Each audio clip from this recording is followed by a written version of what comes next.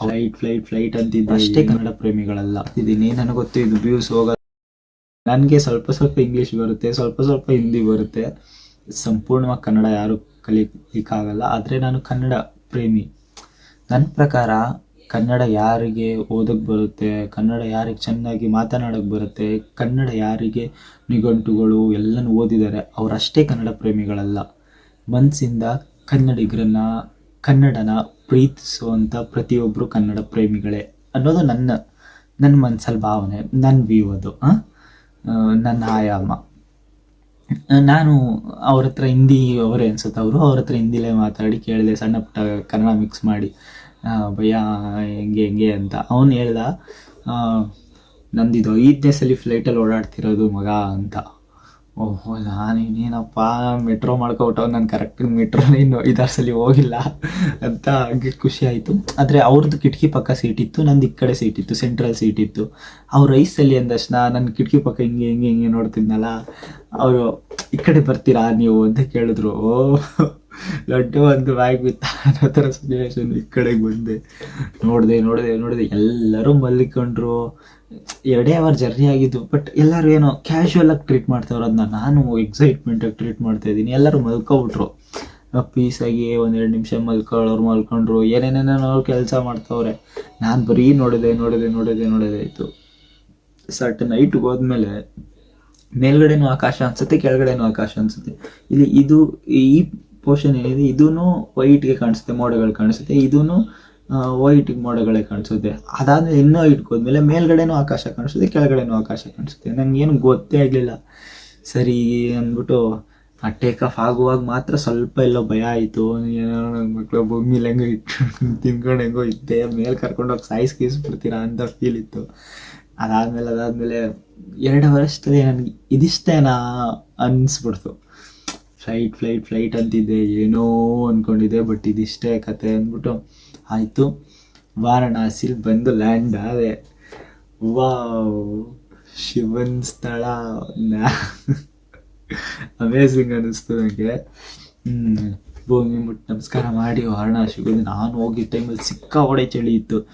ಹೋಗಿ ಅಷ್ಟರಲ್ಲಿ video photos ಮಾಡೋಕ್ಕೋಗಿ ಮೊಬೈಲಿನ ಚಾರ್ಜರ್ ಎಲ್ಲ ಫುಲ್ ಖಾಲಿ ಮಾಡಿಬಿಟ್ಟಿದ್ದೀನಿ. ಸರಿ ಅಂದ್ಬಿಟ್ಟು ಏರ್ಪೋರ್ಟ್ ಹೋದೆ. ನಮ್ಮ ಬೆಂಗಳೂರು ಏರ್ಪೋರ್ಟ್ ಅಷ್ಟು ದೊಡ್ಡದೇನಲ್ಲ ವಾರಣಾಸಿ ಏರ್ಪೋರ್ಟು. ನನ್ನ ಪ್ರಕಾರ ಒಂದು 10% ಇರ್ಬೋದು ಬೆಂಗಳೂರು ಏರ್ಪೋರ್ಟ್ಗೆ ಹೋಲಿಸ್ಕೊಂಡ್ರೆ ವಾರಣಾಸಿ ಏರ್ಪೋರ್ಟು ಚಿಕ್ಕದು. ಸರಿ ಅಂದ್ಬಿಟ್ಟು ಹೋಗಿದೆ. ಮೊಬೈಲ್ ಚಾರ್ಜರ್ ಪಾಯಿಂಟ್ ಇತ್ತು, ಅಲ್ಲೇ ಚಾರ್ಜ್ ಹಾಕ್ಕೊಂಡು ಒಂದು ಅರ್ಧ ಗಂಟೆ 1 ಅವರ್ ಮೊಬೈಲ್ 100% ಚಾರ್ಜ್ ಆಗೋ ಗಂಟೆ ಎಲ್ಲೂ ಹೋಗಲಿಲ್ಲ. ಮತ್ತೆ ಬಂದೆ. ಹೆಂಗೆ ಕಂಟೆಂಟ್ ಕ್ರಿಯೇಟರ್ಸ್ ಎಲ್ಲ ಹೆಂಗೆ ವೀಡಿಯೋ ಮಾಡ್ತಿರೋ, ನನಗಿನ್ನೂ 11 ನಿಮಿಷಕ್ಕೆ ಸುಸ್ತಾಗೋದೆ ಮಾತಾಡಿ ಇರಲಿ. ಬಂದೆ. ಅದಾದಮೇಲೆ ಟ್ಯಾಕ್ಸಿ ಅವರೆಲ್ಲ ಬನ್ನಿ ಅಣ್ಣ ಬನ್ನಿ ಭಯ್ಯ ಅದು ಇದು ಅಂತೆಲ್ಲ ಕರೀತಿರ್ತಾರೆ ಟೂರಿಸ್ಟರ್ಗಳ ಥರ. ನಾನು ಮೋಸ ಇಲ್ಲಿಂದನೇ ಸ್ಟಾರ್ಟ್ ಆಗುತ್ತೆ ಅಂತ ಹಂಗೆ ಪ್ಲಾನ್ ಹಾಕ್ಕೊಂಡು ಇಲ್ಲ ಬರ್ತಾರೆ ಅಂದ್ಬಿಟ್ಟು ಮುಂದಕ್ಕೆ ಹೋದೆ. ಹೋಗ್ಬಿಟ್ಟು ಬರ್ತಾರೆ ಅಂದರೆ ಮೇರಾ ಫ್ರೆಂಡ್ ಮೇರಾ ಇದ್ದಾರೆ ಗರ್ ಪರ್ ಅದು ಇದು ಏನೇನೋ ಅಂದ್ಕೊಂಡು ಹಂಗೆ ಮುಂದಕ್ಕೆ ಹೋದೆ. ಅಲ್ಲಿ ಯಾರೋ 400 ರೂಪಾಯಿಯಿಂದ ಸರಿ ಅಂದ್ಬಿಟ್ಟು 400 ರೂಪಾಯಿ ಇತ್ತೆ. ಅದು ಮೋಸ. ನನ್ನ ಪಕ್ಕದವನ ಹತ್ರ ಬರೀ 350 ರೂಪಾಯಿ ಇಸ್ಕೊಂಡ. ಪರವಾಗಿಲ್ಲ ಬಿಡು, ಹೋದ್ರಲ್ಲಿ ಪಾಪ ಅವನು ಜೀವನ ಮಾಡಬೇಕಲ್ಲ ಅಂತ ನಂದು ಅದೊಂದು ಥರ ಮೈಂಡ್ ಥಿಂಕಿಂಗು. ವಾರಣಾಸಿಗೆ ತಗೊಂಡೋಗ್ಬಿಟ್ಟ. ಅಲ್ಲಿಂದ ಫುಲ್ ಕಾರ್ ಅಲ್ಲಿ ತನಕನೂ ಹೋಗಲಿಲ್ಲ. ಒಂದು 98% ತನಕ ಹೋಯಿತು. 2% ನಾವು ಈ ಏನದು ಸೈಕಲ್ ತುಳ್ಕೊಂಡು ಹೋಗ್ತಾರಲ್ಲ, ಅವ್ರು ಕರ್ಕೊಂಡು ಹೋಗ್ತಾರೆ. ಸರಿ ಅಂದ್ಬಿಟ್ಟು ಅವರೊಂದು 20-30 ತಗೊಂಡ್ರು. ನನಗೆ ಸರಿಯಾಗಿ ನೆನಪಿಲ್ಲ. ಅವ್ರ ಹತ್ರ ಕೊಟ್ಟು ದೇವಸ್ಥಾನದ ಹತ್ರ ಕಂಟ ಹೋದೆ. ಗಂಗೆ ನೋಡಿದೆ ಅಪ್ಪ, ವಾ ವಾ ವಾ ವಾ ವಾ ವಾ ವಾ ವಾ ವಾ ಅನಿಸ್ಬಿಡ್ತು. ಗಂಗೆ ನಮಸ್ಕಾರ ಮಾಡಿ ಸ್ನಾನ ಮಾಡಿ ಅವತ್ತೇ ಗಂಗಾ ಆರತಿನೂ ನೋಡಿ ಕಾಶಿ ವಿಶ್ವನಾಥನ ದರ್ಶನ ಮಾಡಿ. ಕಾಶಿ ವಿಶ್ವನಾಥನ ದರ್ಶನ ಮಾಡುವಾಗ ಅದು ಹೇಳೋಕ್ಕೆ ಆಗಲ್ಲ ಫೀಲಿಂಗು. ಸರಿ ಅಂದ್ಬಿಟ್ಟು ಗಂಗೆ ಸ್ನಾನ ಮಾಡಿದೆ. ಸ್ನಾನ ಮಾಡೋಕ್ಕೆ ನನ್ನ ಲಗೇಜ್ ಎಲ್ಲ ಇಂಪಾರ್ಟೆಂಟ್ ಅಲ್ವಾ, ದೂರದಿಂದ ಬಂದಿದ್ದೀನಿ, ಯಾರೂ ಗೊತ್ತಿಲ್ಲ, ಲಗೇಜ್ ಎತ್ಕೊಂಡು ಹೋಗ್ಬಿಟ್ರೆ ನಾನು ಒಬ್ಬನೇ ಇದೇನು ಅಂದ್ಬಿಟ್ಟು ಸರಿ ಅಂದ್ಬಿಟ್ಟು ಹಂಗೆ ಯೋಚನೆ ಮಾಡ್ತಾ ಇದ್ದೆ ನಿಂತ್ಕೊಂಡು. ಯಾರಪ್ಪ ದೇವ್ರ ಥರ ನನ್ನ ಅನಿಸಿಕೆ ಪ್ರಕಾರ ಪ್ರತಿ ಸಲ ನೀವೇನಾದರೂ ಒಬ್ಬರೇ ಹೋದರೆ ನಿಮ್ಮ ಜೊತೆ ದೇವ್ರು ಇರ್ತಾರೆ ಅಂತ ಭಾವಿಸಿ.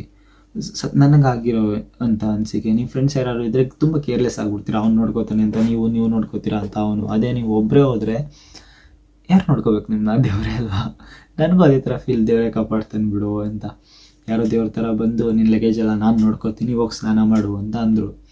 ಅವ್ರು ಯಾರಂದರೆ ಅಲ್ಲಿ ಪೂಜೆ ಮಾಡ್ತಾರಲ್ಲ ಆ ಜಾಗಕ್ಕೆ ಅವರು ಇಂಪಾರ್ಟೆಂಟ್ ಪರ್ಸನ್. ಅಂದರೆ ಅವರು ಅಲ್ಲೇ ಕೂತ್ಕೊಳ್ಳೋದು, ಮತ್ತು ಅವರು ಹೋಮ ಮತ್ತು ಚಿಕ್ಕ ಚಿಕ್ಕ ಈ ಪಿಂಡ ಪ್ರಧಾನ ಕಾರ್ಯಕ್ರಮಗಳು ಅವೆಲ್ಲ ಅವರೇ ಎಲ್ಲ ಮಾಡಿಸೋದಂತೆ ಅಂತೆ, ಗೊತ್ತಿಲ್ಲ ನನಗೆ.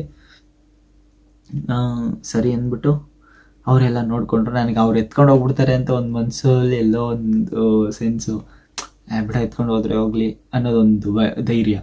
ಹೋಗಿ ಸ್ನಾನ ಎಲ್ಲ ಮಾಡಿಕೊಂಡೆ ಬೇಗ. ಅದು ಒಂದು ಸಲ ನೀರು ಮುಳುಗೆದ್ದಷ್ಟು ಸ್ಪರ್ಶನೇ ಬೇರೆ, ಅನುಭವನೇ ಬೇರೆ. ಕ್ಯಾಶುವಲ್ ಮನುಷ್ಯ ಅಂದಮೇಲೆ ಪಾಪ ಕೃತ್ಯಗಳನ್ನೆಲ್ಲ ಮಾಡಿರ್ತಾರೆ. ಏನೋ ಒಂಥರ ನಿರಾಳ ಅನಿಸ್ಬಿಡ್ತು, ಕಣ್ಣು ಬಿಟ್ಟು ಹಿಂಗಿದ್ದೆ, ವಾವ್ ಅನಿಸ್ತು.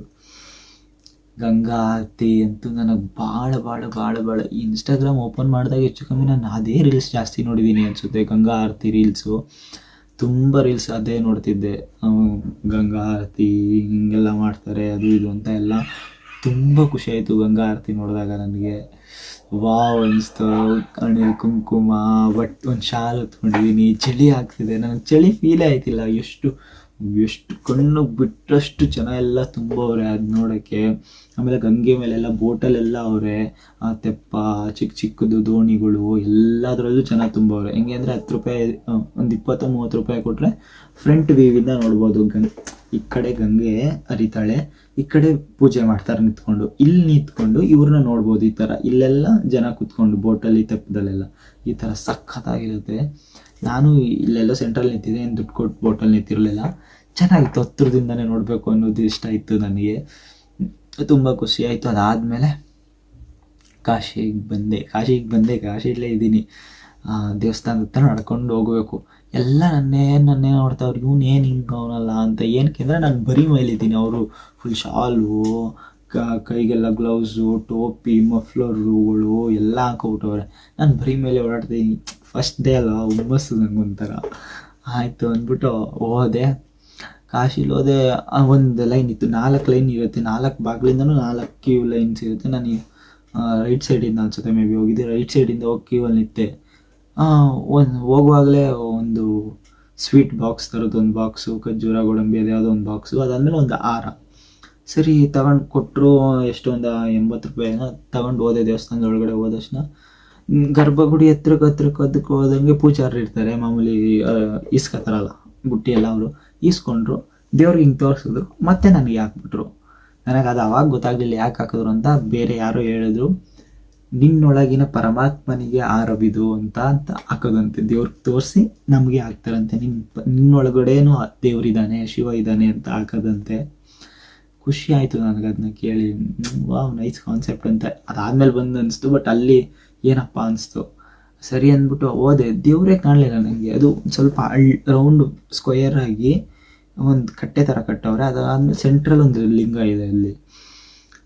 ಇದೇನು ಗುರು ಕಾಣಿಸ್ಲೇ ಇಲ್ವಲ್ಲ ಅಂತ ನಾನು ಅಲ್ಲಿ ಹೋಗಿ ಪೊಲೀಸ್ ಅವ್ರು ಕೇಳಿದೆ, ಭಯ್ಯ ನಾನು ಕುಳ್ಳ ಇದ್ದೀನಿ, ಕಾಣಿಸ್ತಿಲ್ಲ ಹಂಗೆ ಹಿಂಗೆ ಅಂತ. ಅವ್ರು ಹೇಳಿದ್ರು, ಇಲ್ಲ ಮತ್ತೆಲ್ಲ ಬಿಡೋಕ್ಕಾಗಲ್ಲ, ನೀನು 7 ಗಂಟೆ ಮೇಲೆ ಇದೆಲ್ಲ, ಅದು ಯಾವುದೋ ಒಂದು ಪೂಜೆ ನಡೀತಿದ್ದಾಗ ಇದೆಲ್ಲ ಕ್ಲಿಯರ್ ಆಗುತ್ತೆ, ಆವಾಗ ಮತ್ತೆ ಲೈನಲ್ಲಿ ನಿಂತ್ಕೊ ನೋಡ್ಬೋದು ಅಂದರು. ಸೊ ಇದೇನಪ್ಪ ಹಿಂಗಾಯ್ತಲ್ಲ, ಅಷ್ಟು ದೂರದಿಂದ ಒಂದು ದೇವ್ರನ್ನೇ ನೋಡಲಿಲ್ವಲ್ಲ ಕರೆಕ್ಟಾಗಿ ಅನಿಸ್ಬಿಡ್ತು. ಸರಿ ಆಯಿತು ಅಂದ್ಬಿಟ್ಟು ಅಲ್ಲೇ ಕೂತಿರೋಣ 7 ಗಂಟೆ ತನಕ. ಒಂದು ಸಿಕ್ಕಾಬಿಟ್ಟೆ ಚಳಿ. ನಾನು ಏನದು ಖುಷಿಗೆ ಏನು ಶರ್ಟ್ ಗಿಟ್ ಏನೋ ಹಾಕೋದೇ ಬಂದ್ಬಿಟ್ಟಿದ್ದೀನಿ. ಆಯಿತು, ಅಲ್ಲೇ ಕೂತ್ಕೊಂಡು ಕೂತ್ಕೊಂಡು ಇನ್ನೇನು ಮಾಡೋಕ್ಕಾಗಲ್ಲ. ಒಂದು ಲಿಂಗನ ಮುಂಚೆ ರೀ ಓಂ ನಮಃ ಶಿವಾಯ ಅನ್ನೋಣ ಅಂತ ಕೂತ್ಕೊಂಡು ಅಂತ ಇದ್ದೆ. ಎಷ್ಟು ಸಲ ಅಂದೆ ಅಂತ ನಂಗೆ ಗೊತ್ತಿಲ್ಲ. ಅಪ್ರಾಕ್ಸಿಮೇಟ್ ಆಗೂ ಒಂದು 300-400 ಸಲ ಅಂತೂ ಒಂದಿರ್ತೀನಿ. ಬೈಕೆ ದೇವ್ರು ಕಾಣಲಿಲ್ಲ, ನನಗೆ ಇಲ್ಲಿ ತನಕ ಬಂದಿದ್ರು ಕಾಣಲಿಲ್ವಲ್ಲಪ್ಪ ಶಿವ ನೀನು ಅನ್ನೋಕ್ಕಾರು ಅಂದಿರ್ತೀನಿ ಅಂತ ಅನಿಸಿಕೆ ಅಂತ ಅಂದೆ. ಅದಾದಮೇಲೆ ಹಂಗೆ ಹಿಂದೆ ಬಾಗಿಲು ಈ ಸೈಡಿಂದ ಹೋಗಿ ನೋಡೋಕ್ಕೆ ಬರೋಣ ದೇವಸ್ಥಾನ ಹೆಂಗಿದೆ ಅಂತ ಎಲ್ಲ ನೋಡಿದೆ. ಅಲ್ಲಿ ಯಾರೋ ಅದು ಧರ್ಮದ ಎಂಟ್ರಿನೋ ಅಥವಾ ಏನೋ ನನಗೆ ಗೊತ್ತಿಲ್ಲ, ಅವರ ಅಫಿಷಿಯಲ್ಸು ಏನೋ VIP ನೋ ನನಗೆ ಗೊತ್ತಿಲ್ಲ ಕರೆಕ್ಟಾಗಿ. ಅಲ್ಲಿಂದ ಒಳಗಡೆ ಹೋಗ್ತಿದ್ರು ದೇವಸ್ಥಾನದೊಳಗೆ, ಗರ್ಭಗುಡಿದು ಒಳಗಡೆನೆ. ಅವರೆಲ್ಲರನ್ನೂ ಬಿಟ್ಟರು ಒಳಗಡೆ ಒಬ್ಬೊಬ್ಬರೇ. ಅವರಿಂದ ನಾನು ಸುಮ್ಮನೆ ನಿಂತಿದ್ದೆ. ಒಬ್ಬರಿದ್ದವರು ಅಷ್ಟೇ ಹೋಗು ಅಂದರು. ಒಂದು ಸೆಕೆಂಡ್ ಆದಮೇಲೆ ಹಿಂದಿಲಿ ಇದೆಲ್ಲ ನಡೀತಾ ಇರೋದೆಲ್ಲ ಹಿಂದಿಲೇ. ಒಂದು ಸೆಕೆಂಡ್ ಆದಮೇಲೆ ಆಯಿತು ಸ್ವಾಮೀಜಿ ಥರ ಇದೆಯಾ, ಅವ್ರು ಹಿಂದಿಲಿ ಹೇಳ್ತಿರೋದು ನನಗೆ ಅರ್ಥ ಆಗ್ತಿದೆ, ಸ್ವಾಮೀಜಿ ಥರ ಇದೆಯಾ ನೀನು ಹೋಗೋ ಅಂತ ಬಿಟ್ಬಿಟ್ರು. ನನಗೆ ಎಷ್ಟು ಖುಷಿ ಆಯಿತು ಅಂದರೆ ನಾನು ಒಳಗಡೆ ಹೋದಾದ್ಮೇಲೆ ಜ್ಯೋತಿರ್ಲಿಂಗನ ಮುಟ್ಟಿ ನಮಸ್ಕಾರ ಮಾಡಿದೆ. ಕಣ್ಣಲ್ಲಿ ನೀರು ಬಂತು ಲಿಟ್ರಲಿ. ನಾನು ಹತ್ತಿದ್ದೀನಿ, ನನ್ನ ಆನಂದ ಬಾಷ್ಪ ಅಂತಾರೆ ಗೊತ್ತಾ, ಆ ರೀತಿ. ಎಷ್ಟೋ ತಪ್ಪು ಮಾಡಿದ್ದು ಕಳೆದೋಯ್ತಪ್ಪ ಈ ಜೀವನಕ್ಕೆ. ವಾವ್, ಏನು ಗುರು, ಯಪ್ಪ ಭಗವಂತ, ಸಿಕ್ಕಾಪಟ್ಟೆ ಖುಷಿ ಆಗೋಯ್ತು. ಅದಾದಮೇಲೆ ನಂಗೆ ಕಣ್ಣೀರು ಬಂದ್ಬಿಡ್ತು. ನಾನು ದೂರದಲ್ಲೇ ಲಿಂಗ ನೋಡಿಕೊಂಡು ಕೈ ಮುಟ್ಟಿ ನಮಸ್ಕಾರ ಮಾಡಿಬಿಟ್ಟು ಲಿಂಗನೇ ನೋಡಿಕೊಂಡು ಬಾಗಿಲು ಕಿಂಡಿಲಿ ನೋಡ್ಕೊಂಡು ಅಳ್ತಾ ಇದ್ದೆ. ಏನೋ ಒಂಥರ ನಂಗೆ ಅಳು ಬಂದ್ಬಿಡ್ತು. ಸಿಕ್ಕಾಪಟ್ಟೆ ಅಳ್ತಾ ಇದ್ನ, ದುಃಖಿಸ್ಕೊಂಡು ಅಳ್ತಾ ಇದ್ದೀನಿ. ಅಲ್ಲಿ ಯಾರೋ ಪೊಲೀಸ್ ನೋಡ್ಬಿಟ್ಟು ಇವನ್ನ ಮತ್ತೆ ಬಿಡು ಅಂದರು. ಮತ್ತೆ ಹೋಗಿ ನಮಸ್ಕಾರ ಮಾಡಿದೆ. ಅವ್ರು ಹೇಳಿದ್ರು ಖುಷಿ ಆಯ್ತಾ ಅಂದರು. ನನಗೇನೋ ಒಂಥರ ಯಪ್ಪ ಭಗವಂತ, ಚಾನ್ಸ್ ಸಿಗೋದೇ ಕಮ್ಮಿ, ನೋಡೋಕ್ಕೆ ಚಾನ್ಸ್ ಸಿಗೋದು ಕಮ್ಮಿ. ನಾನು ನೋಡಿದೆ, ಮುಟ್ಟಕ್ಕೆ ಚಾನ್ಸ್ ಸಿಗೋದು ಕಮ್ಮಿ, ನಾನು ಮುಟ್ಟಿದೆ. ಅದರಲ್ಲಿ 2 ಸಲ 3 ಸಲ ಮುಟ್ಟಿದೆ. ಖುಷಿನೇ ಆಗೋಯ್ತು. ಖುಷಿ ಆಯಿತಾ ಅಂದರು. ನಾನು ಅವ್ರಿಗೂ ನಮಸ್ಕಾರ ಮಾಡಿದೆ. ದೇವರು ಕಣಪ್ಪ ನೀನೇ ನನ್ನ ಪಾಲಿಗೆ ಅಂತ ಅವ್ರಿಗೂ ನಮಸ್ಕಾರ ಮಾಡಿದೆ. ನನಗೊಂದು ಮನ್ಸು ಅನಿಸುತ್ತೆ, ನನ್ನ ಒಳಗಡೆ ಬಿಟ್ಟಿದ್ದು ಯಮರಾಜ ಇರ್ಬೋದು, ಅವ್ರ ಕಾಲಿಗೆ ನಮಸ್ಕಾರ ಮಾಡಬೇಕು ಅಂದ್ಕೊಂಡೆ. ಅವ್ರು ನನಗೆ ಮತ್ತೆ ಸಿಗಲೇ ಇಲ್ಲ, ಎಲ್ಲೋ ಮಿಸ್ಪ್ಲೇಸ್ ಆಗಿಬಿಟ್ರು, ಅಥವಾ ನಾನು ಅವ್ರ ಮುಖ ಗುರ್ತಿಡಿಯೋಕ್ಕಾಗಲೇ ಇಲ್ಲ.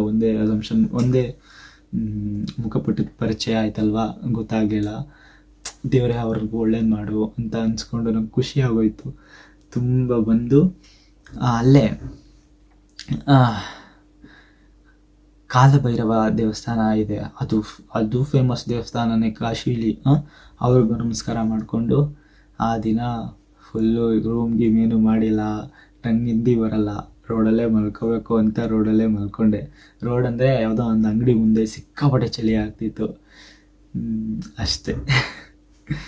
ಅಷ್ಟಾಯಿತು ಕಾಶಿ.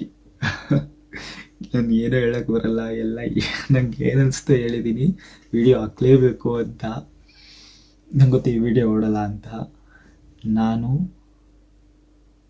ಇನ್ನು 5 ವರ್ಷಕ್ಕೋ 10 ವರ್ಷಕ್ಕೋ ನನಗೆ ಗೊತ್ತಿಲ್ಲ, ಬೆಳಿತೀನಿ. ಟ್ರಾವೆಲಿಂಗ್ ವ್ಲಾಗ್ಸ್ ಮಾಡಿ ಬೆಳಿತೀನಿ. ಇನ್ನು 10 ವರ್ಷ ಬಿಟ್ಟು ಈ ವಿಡಿಯೋ ನೋಡಿದ್ರೆ ನನಗೆ ಖುಷಿ ಆಗಬೇಕು. ನನ್ನ ಮೊದಲೇ ವಿಡಿಯೋ ಎಷ್ಟು ಕಾಮಿಡಿಯಾಗಿ ಮಾಡಿದ್ದೀನಿ ನೋಡು ಅಂತ ಅನಿಸ್ಬೇಕು. ಆ ಕಾರಣಕ್ಕೆ ಈ ವಿಡಿಯೋ ಮಾಡಿದ್ದೀನಿ. ಇದನ್ನ ಒಂದೇ ವಿಡಿಯೋ ಮಾಡಿದ್ದೀನಿ, ಇದೇ ಫಸ್ಟ್ ವಿಡಿಯೋ. ಇದೇ ಫಸ್ಟ್ ಕ್ಯಾಮ್ರಾ ಇಕ್ಕಿದ್ದೀನಿ, ಫಸ್ಟ್ ವಿಡಿಯೋ ಇಕ್ಕಿದ್ದೀನಿ. 2:45 ಆಗಿರ್ಬೋದು ಇವಾಗ ಸಮಯ, ಮಧ್ಯರಾತ್ರಿ. ಇದೇ ಥರ ಅಪ್ಲೋಡ್ ಮಾಡ್ತೀನಿ, ಏನಾದ್ರು ಆಗಲಿ. ಶಿವ ಪಾರ್ವತಿ ಪತೆ ಹರ ಹರ ಮಹಾದೇವ್ ಶಂಭೋ ಶಂಕರ್. ಬಾಯ್ ಕರ್ನಾಟಕ. ನಿಮ್ಮ ಮನಸ್ಸಿಗೆ ಇಷ್ಟ ಆದರೆ ಸಬ್ಸ್ಕ್ರೈಬ್ ಮಾಡಿ, ಲೈಕ್ ಮಾಡಿ.